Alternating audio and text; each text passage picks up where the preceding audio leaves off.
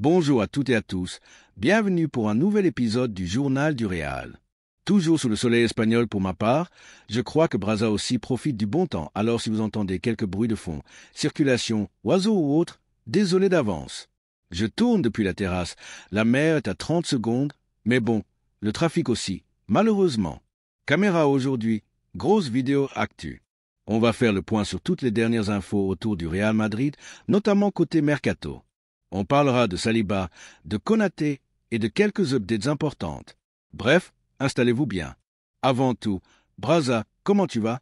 Content de te retrouver en format vidéo là?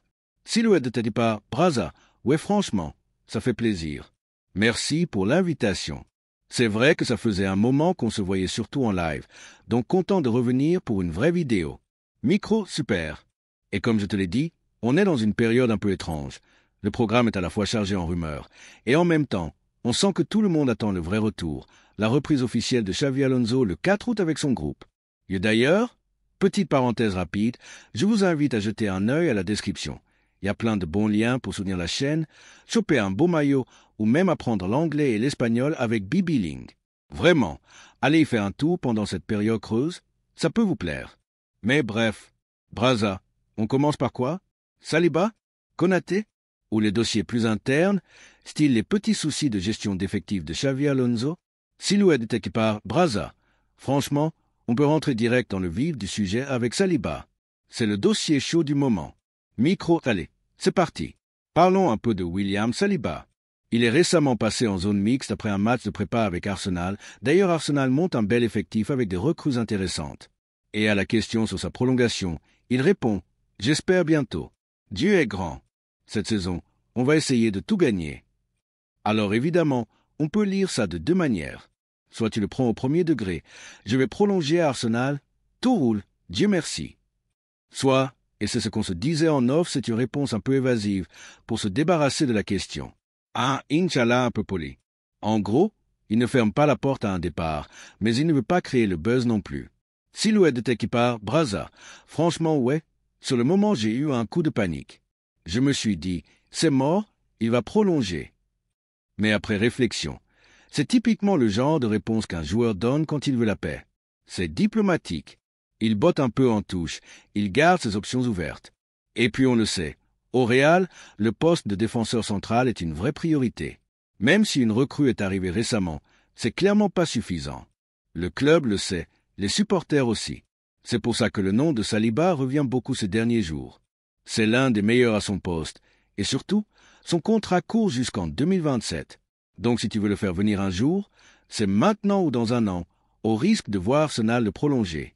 Micro, exactement. Arsenal a déjà entamé les discussions, et eux aussi sont confiants. Si on n'agit pas vite, ils pourraient le verrouiller pour plusieurs saisons de plus. Et c'est là que ça devient compliqué pour le Real. Parce qu'en gros, si tu ne bouges pas maintenant, tu peux te retrouver piégé. Saliba pourrait prolonger. Et Konaté, pareil. Il est aussi dans le viseur, mais si on ne fait rien cet été, lui aussi peut prolonger à Liverpool.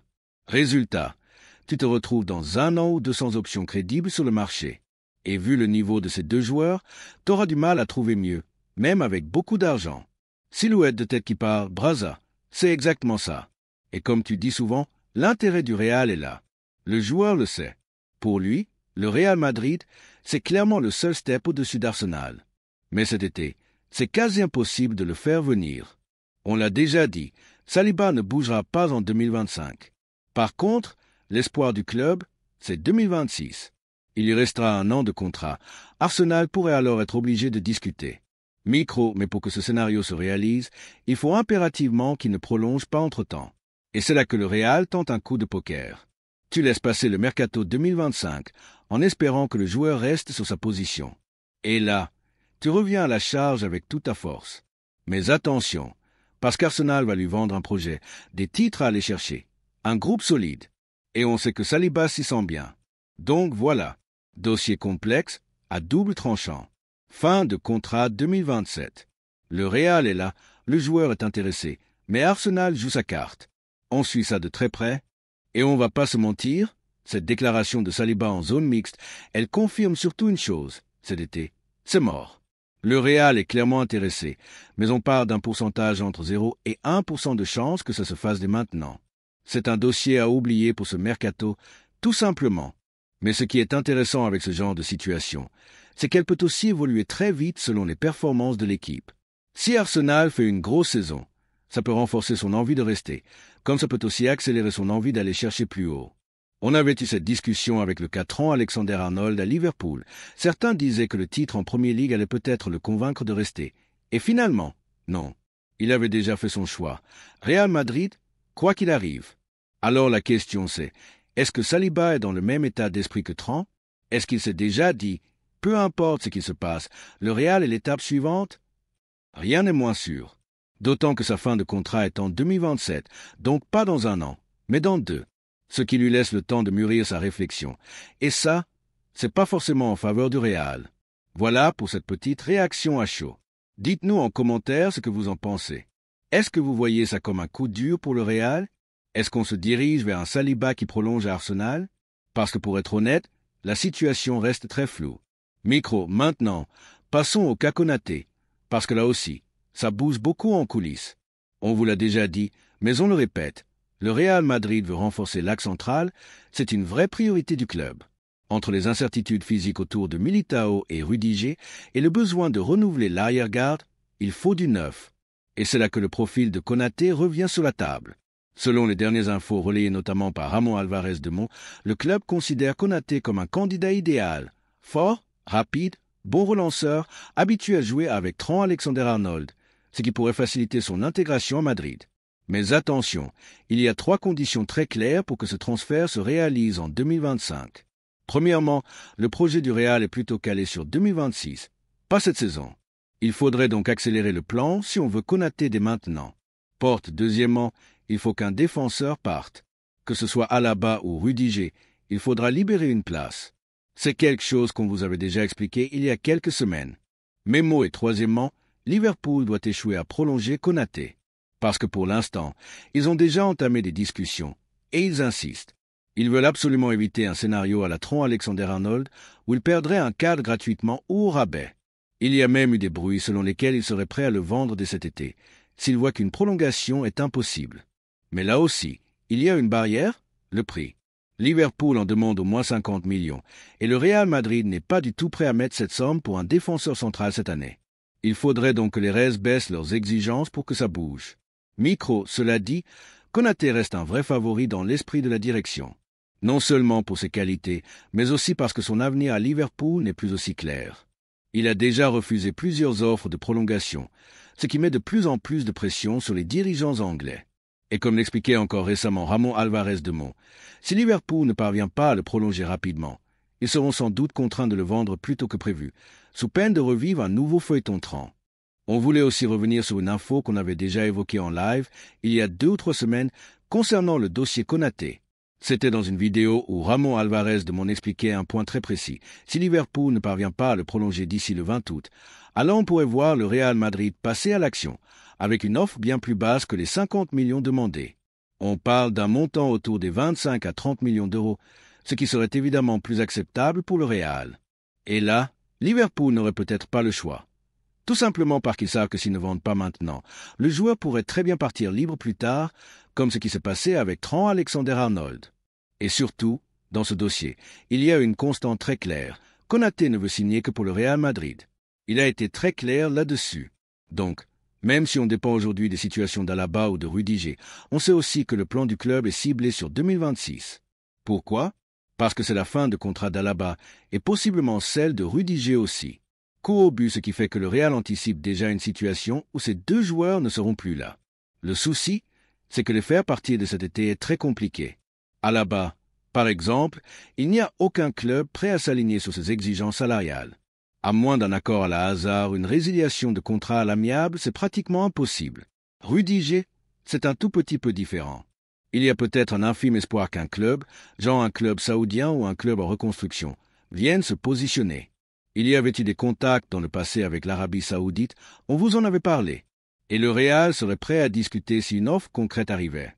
Le souci, comme d'habitude, c'est que les conditions doivent être réunies. Un départ plus un refus de prolonger plus un prix raisonnable. Sinon, Konaté ne bougera pas cet été, et on reportera le projet à l'an prochain.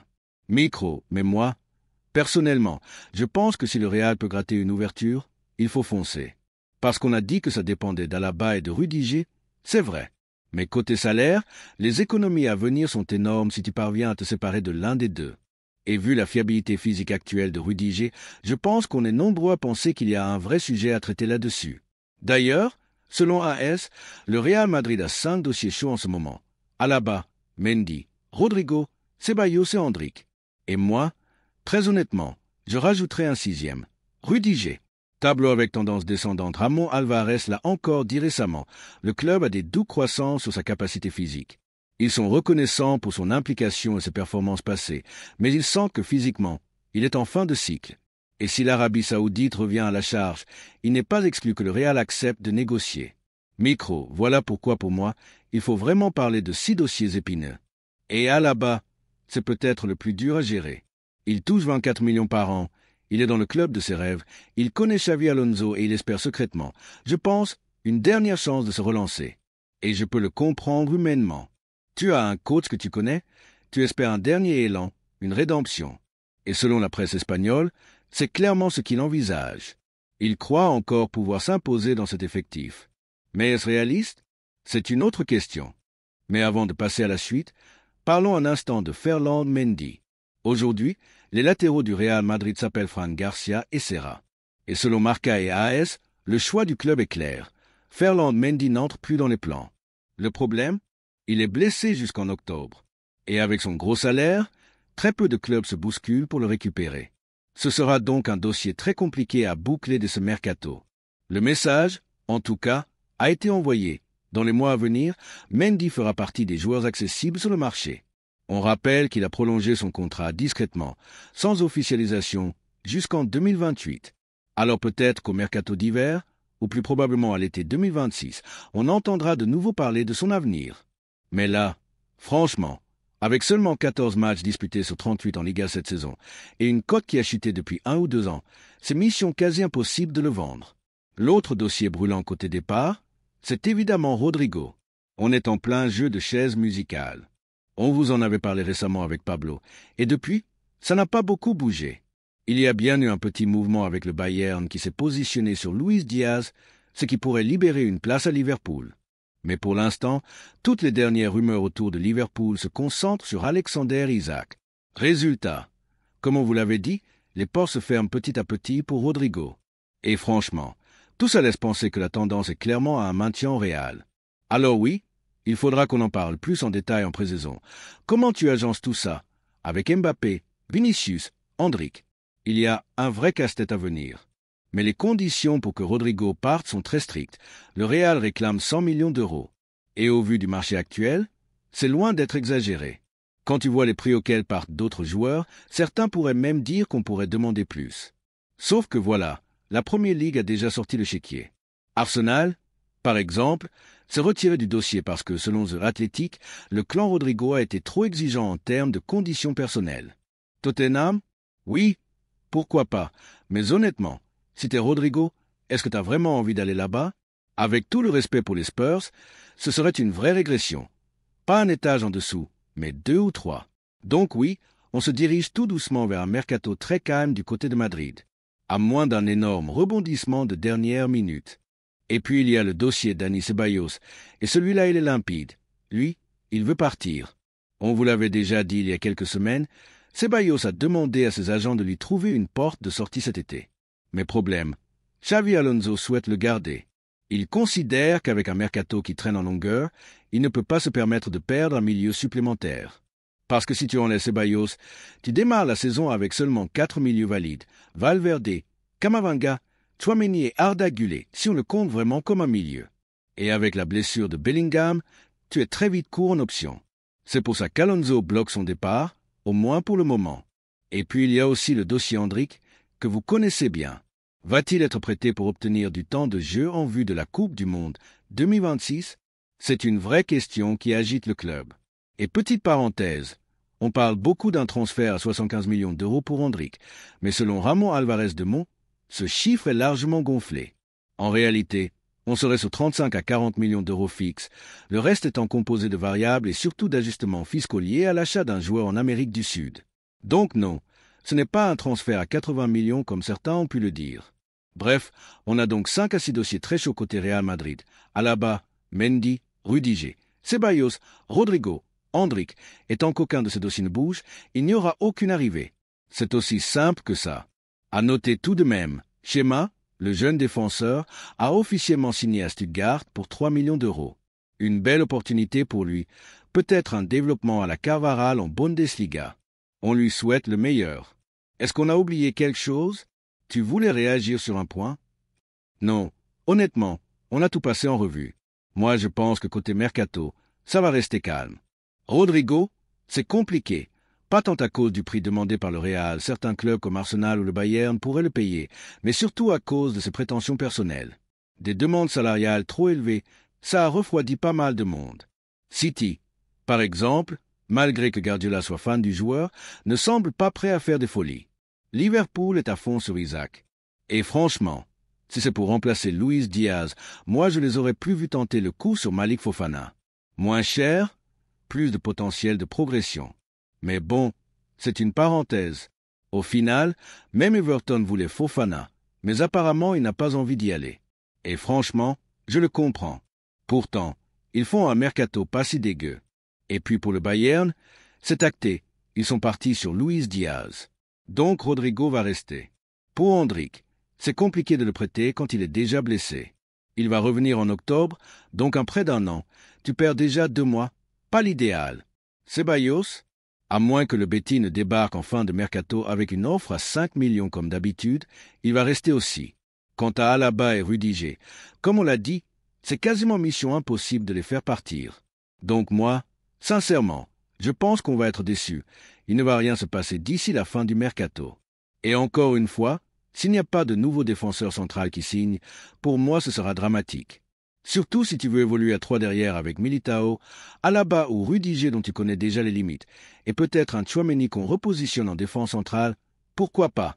Mais bon. Et pour finir, je vous avais posé une question sur Twitter via le journal du Real. Si vous pouviez recruter un seul joueur, là, maintenant, en fonction de la forme actuelle, de l'effectif, des besoins ou juste votre coup de cœur, qui ce serait? Les réponses ont été super variées, beaucoup de Vitinha, donc là on est clairement sur du rêve.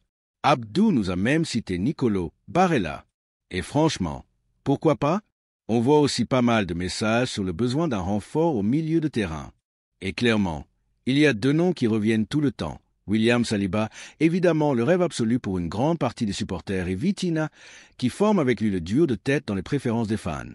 Derrière, on voit aussi quelques pépites mentionnées, comme Adama Wharton, du côté de Crystal Palace Steelers, ou encore Balba, qui a ses partisans aussi. Mais pour être honnête, Saliba et Vitinha dominent largement les débats. Maintenant, soyons réalistes. Saliba, oui, c'est envisageable pour le futur, mais pas pour ce mercato. Pareil pour Vitinha. Cet été, il ne faut pas trop y croire, à moins d'un retournement de situation et de négociations très musclées. Mais on sait aussi que Vitinha fait partie des chouchous de Florentino Pérez, donc affaire à suivre.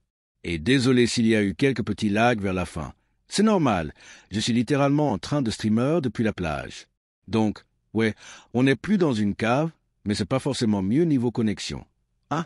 Merci à Braza, merci à tous ceux qui ont suivi ce point actu autour du Real Madrid. On se retrouve très vite sur le site, sur tous les réseaux du Journal du Real, et surtout pour de prochaines vidéos sur la chaîne. Prenez soin de vous les amis. À très bientôt. Ciao.